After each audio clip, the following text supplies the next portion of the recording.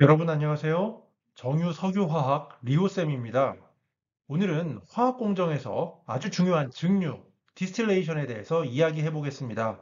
여러분들도 증류라고 들어본 적은 있을 거예요. 근데 이게 뭔지 설명해 보라고 하면 좀 헷갈리실 수 있을 겁니다.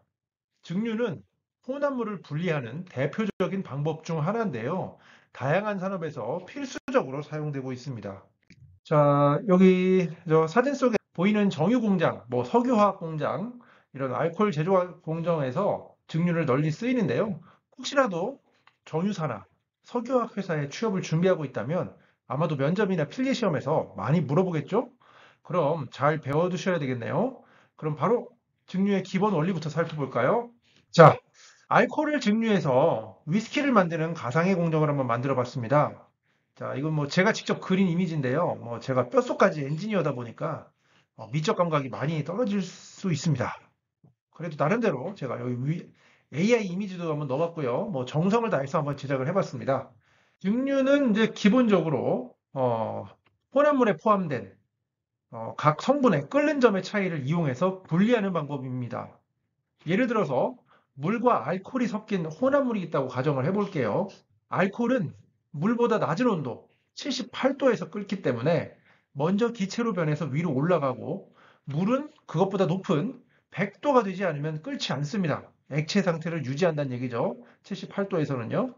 이 원리를 통해서 물과 알코올을 분리할 수 있는 거예요.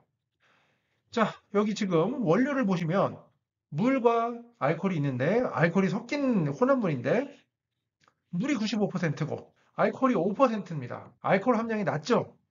이거 한 뭐 대충 봐서 뭐 한 맥주 정도밖에 안 되겠네요. 그럼 너무 묽잖아요.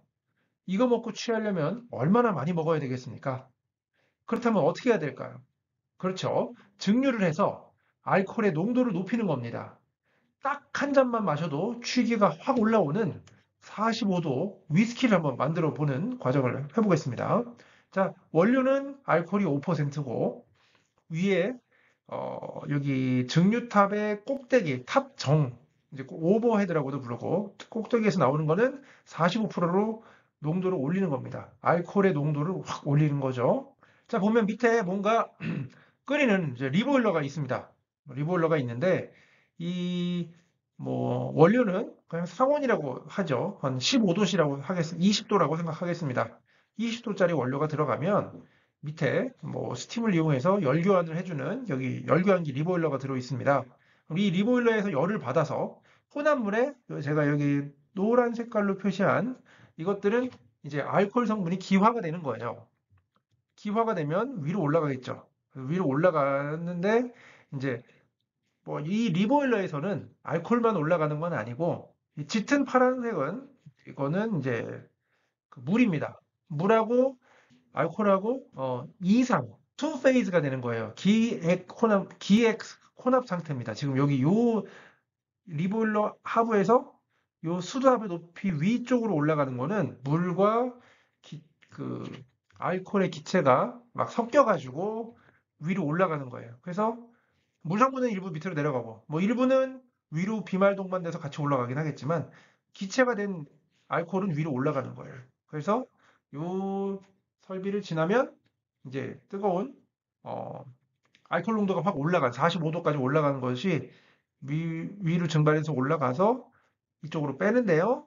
여기 지금 자세히 보시면 여기 선풍기로 확 식혀주고 있죠. 이게 기체 상태로 올라가다 보니까 얘를 냉각을 시켜서 오버헤드 컨덴서 역할을 하는 거죠. 해서 위스키를 만드는 그런 과정을 간단하게 그려봤습니다. 뭐 제가 직접 그린 이미지인데 뭐 그림이 이쁘진 않네요. 자, 넘어가겠습니다. 자, 지금 여기 이제 지금 보이는 사진은요, 실제 정유 공장을 모형으로 만들어 놨습니다. 참고로 울산 박물관에 가면 이걸 직접 볼 수 있습니다. 실제 산업에서 이 원리를 이용해서 증류탑이라는 이런 장비를 사용해요. 여기 지금 보이는 요것들이 전부 다 증류탑이고, 안에는 이렇게 뭐 LED 램프를 이용해서 구현을 했는데, 실제로 이렇게 이제 쉽게 끓는 물질은 기체가 돼서 위로 올라가고, 끓지 않는 물질은 액체 상태로 밑으로 내려가고, 이거를 계속 여러 개의 단이라고도 부르고, 영어로 트레이라고 부르는데요. 이 트레이 여러 단을 거쳐서 여러 번 기획 접촉을 합니다. 그래서 이제 증발할 애는 증발하고 증발되지 않을 놈은 아래쪽으로 떨어지고 이렇게 해서 분리되는 거고요. 실제 이런 원리를 이용하는 걸 증류탑이라는 장비를 사용하고요. 영어로는 distillation column이라고 합니다. 증류탑은 아래에서 열을 가해서 혼합물을 끓이고 기체가 위로 올라가고요. 그 다음에 각 성분의 끓는 점에 따라 분리되는 구조입니다. 그래서 기체로 올라간 성분은 이렇게 쭉 올라가서 여기서 안에서 올라가서 오버헤드 배관을 타고 나오죠. 나와서 뭐 이제 응축을 시키는 오버헤드 컨덴서가 있을 거예요. 그 오버헤드 컨덴서를 거쳐서 액체로 변하고 뭐 이 과정을 자꾸 반복하면서 좀 더 순수한 물질을 분리해서 이제 순수한 물질을 얻을 수가 있습니다. 자, 이번에는 두 가지 종류의 증류를 나타냈는데요. 증류에는 크게 뭐 여러 가지 종류가 있지만 대표적인 두 가지 케이스가 여기 보이는 단증류와 심플 디스틸레이션 단증류와 여기 보이는 분별 증류 fractional distillation입니다. 단증류는 끓는 점의 차이가 큰 두 가지 물질을 분리할 때 사용되고요. 한 번의 증류만으로 충분히 분리가 가능합니다. 그래서 설비가 아주 간단해요. 여기 보면 뱃셀 하나만 이렇게 있어요. 다른 건 없습니다. 자, 지금 여기는 이제 가솔린과 수소의 혼합물이고요. 얘를 분리하는데 수소가 위로 기체 상태로 위로 나오고 가솔린은 아래쪽으로 빠져나오게 됩니다. 근데 수소와 가솔린의 끓는 점 차이는 300도가 넘어요. 그렇기 때문에 아주 쉽게 분리할 수 있고 별다른 설비가 필요 없습니다. 이거는 단증류라고 합니다. Simple Distillation이에요. 근데 이번에는 이제 분별 증류인데요. 분별 증류는 끓는 점의 차이가 작은 뭐 이런 여러 가지 물질이 섞인 혼합물을 분리할 때 사용이 됩니다. 특히 이제 끓는 점의 차이가 적다 보니까 어, 가벼운 성분을 끓일 때 무거운 성분도 같이 끓어 올라가게 돼요. 그러면 순도를 맞추기가 어렵겠죠. 그래서 이제 중류탑을 사용하는데 여기 그림 보시면은 여기 그림은 제가 가상의 이제 핵산과 헵탄을 분리하는 핵산과 헵탄을 분리하는 핵산 프랙시네이터를 제가 만들어 봤는데요. 두 물질의 끓는 점 차이는 이제 29도입니다. 아까 봤던 수소하고 가솔린은 300도였는데 얘는 이제 29도로 그거보다는 이제 차이가 훨씬 적어요. 그렇다 보니까 그림에 보시면 지금 트레이가 1단부터 60단까지 60개나 들어있고요. 60번 기획 접촉을 한다는 얘기입니다. 그리고 뭐 여기 아래쪽에 보시면 리보일러가 있고요. 그 다음에 여기 보면 오버헤드 컨덴서가 있고 리플럭스 드럼이 있고 리플럭스 펌프가 있고 뭐 프로덕트 생산 라인이 있고 뭐 프로덕트 쿨러가 있고 뭐 여러 가지가 있습니다.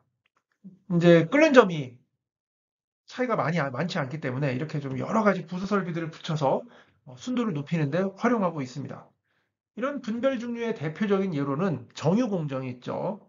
원유, 크루드 오일은 다양한 탄화 수소로 이루어져 있는데요. 이거를 분별 증류를 통해서 휘발유, 등유, 경유, 중유 등으로 분리를 해내는 거예요.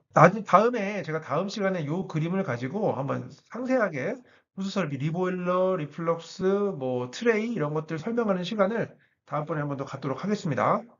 자, 이번에는 좀 더 이제 이론적으로 깊게 들어가서 증류가 연력학적으로 어떻게 작동하는지 한번 살펴보겠습니다.